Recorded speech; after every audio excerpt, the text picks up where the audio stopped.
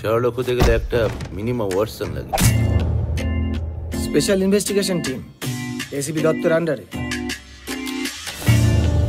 যদি কাহিনী শেষে কাহিনী মেশে আজও ব্যথা চন্দন ঘোষ মার্ডার কেস মনে আছে? 2012 সালের 7ই ফেব্রুয়ারি একজন ক্লায়েন্টের সঙ্গে দেখা করতে গিয়ে হঠাৎ বেপাত্তা হয়ে যায়।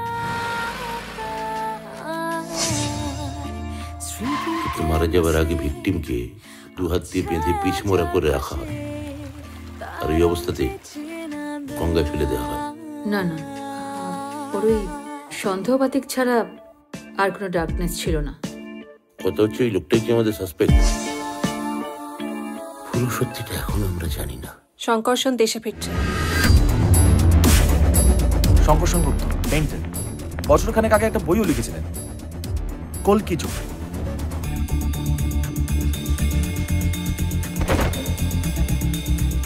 আচ্ছা, আমার ইনোসেন্সে বিশ্বাস করতে পারছেন না কেন বলুন তো? 2012 সালের 7ই ফেব্রুয়ারি সারাদিনটা কি করছিলেন? যে লোকটাকে আমি চিনি না তাকে আমি খুন করতে যাব কেন?